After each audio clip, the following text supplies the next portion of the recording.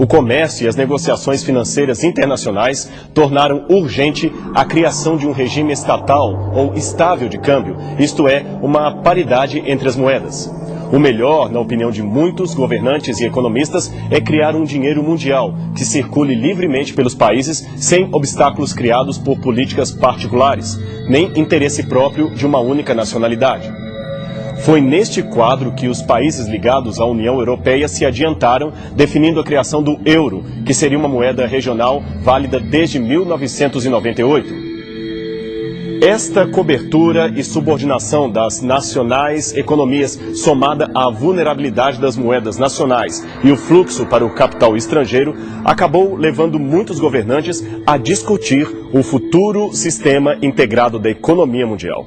Foi neste caso o encontro, por exemplo, ocorrido em 1995, que envolveu o chamado G24, ou o grupo dos 24 países representantes das nações em desenvolvimento da América Latina, Ásia e África. O G24 defendeu a criação de um sistema econômico e monetário internacional que teria como mediador os Estados Unidos através do Fundo Monetário Internacional. Longe, porém, de um equacionamento à altura da globalização capitalista, o sistema monetário internacional continua progredindo rumo a uma futura concretização que, na opinião de muitos, tornou-se um destino inevitável. Como preparativo para esta futura realidade global, os países já estão há algum tempo se organizando em blocos econômicos, NAFTA, União Europeia, Mercosul, Bloco do Pacífico, que realizam hoje mais de 60% de todas as trocas comerciais do planeta. Não obstante todas essas previsões futurísticas, é importante demarcar que a miséria, a fome e outros males sociais ainda constituem problemas que estão longe de serem solucionados. Todos tornaram vulnerável a ação de todos, logo, só falta uma peça para unificar todo o quadro mundial. Um governo único que estabeleça as regras e dite o que é certo e errado em termos de economia e governo mundial. Imagine então a criação de um só governo para administrar países do mundo inteiro. Utopia ou realidade? O famoso e polêmico escritor irlandês Oscar Wilde afirmou que, no que diz respeito à política internacional, se não somos profetas, é melhor não profetizar, especialmente se estamos tratando do futuro. Seguindo este conselho, entendemos que é mais prudente não detalhar todos os modos como se cumprirá a profecia, principalmente por envolver quadro político-social em relação ao futuro. Por outro lado, porém, é possível, com uma boa dosagem de equilíbrio, dizer que temos o caminho aberto para a unificação de países e credos em torno de uma ideologia estranha aos ensinamentos bíblicos, exatamente como aponta a profecia do Apocalipse.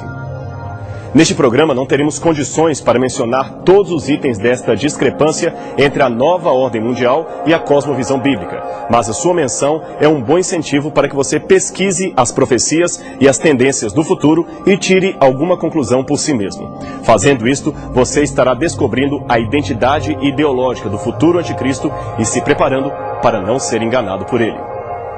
Por ora, ainda é cedo para nos posicionarmos contra ou a favor de determinado sistema de governo, o que não significa uma alienação política por parte do verdadeiro cristão.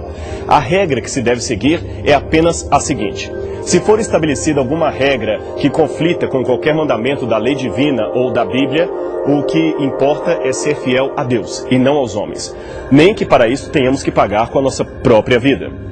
Por enquanto, ainda gozamos de liberdade para seguir a religião que quisermos, segundo as normas de nossa própria consciência. Porém, chegará o dia em que deveremos tomar uma dramática decisão contra ou a favor de Cristo.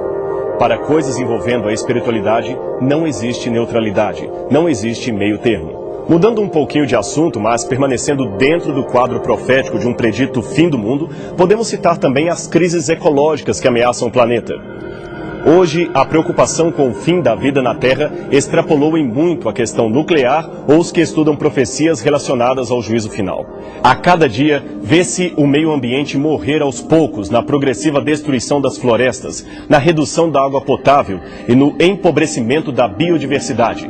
Segundo o Programa de Desenvolvimento das Nações Unidas, se esta situação não for rapidamente corrigida, o mundo verá decretado em pouco tempo o fim da humanidade. Só para ter uma noção, a água potável do planeta passou de 17 mil metros cúbicos de água em 1950 per capita para 7 mil em 1998. Nesta proporção, chegaremos a 2050 com uma população mundial estimada em 9,5 bilhões de habitantes, dos quais 1 ou 2,5 bilhões não disporão de água regular potável para beber. Hoje já são 132 milhões de pessoas vivendo nesta situação. Nos últimos 50 anos, a produção descontrolada de poluição quadruplicou a emissão de dióxido de carbono. Isto poderá causar, nas próximas décadas, um superaquecimento do planeta, principalmente com males provocados pela camada de ozônio que está prejudicada, aquela que deveria filtrar os raios solares na atmosfera terrestre.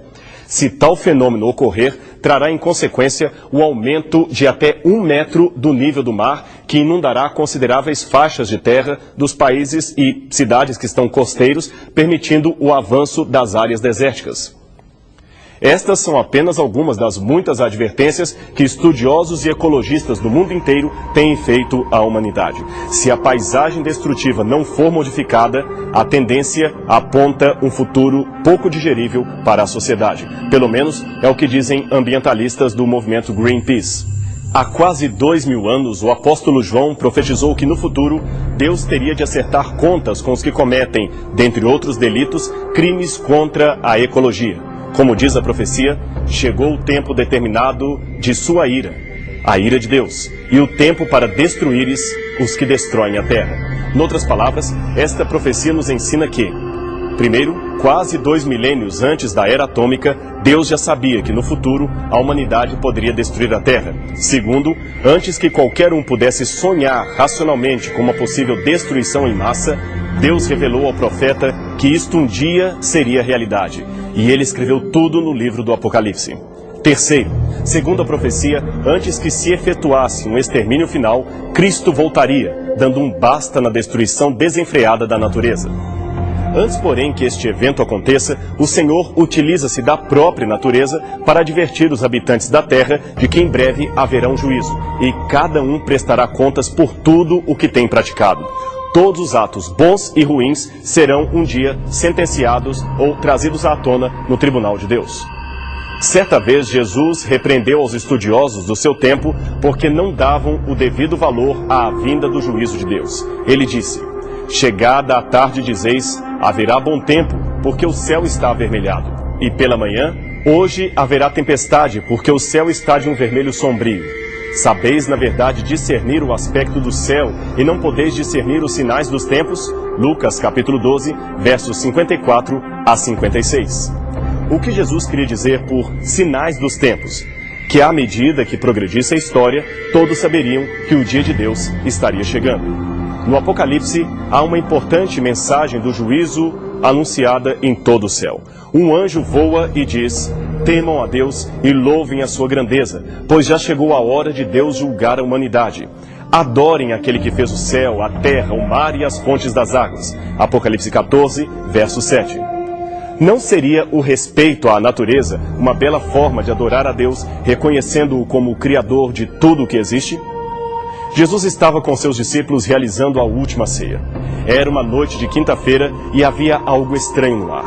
O mestre dizia coisas difíceis de entender. Afirmou que seria traído por um de seus discípulos e que em breve enfrentaria a morte na cruz. Sua partida estava chegando e em pouco tempo ele voltaria para a casa do Pai. Era, portanto, um ambiente de dor e despedida. Atônitos, os discípulos pareciam não compreender os detalhes daquilo que estavam escutando.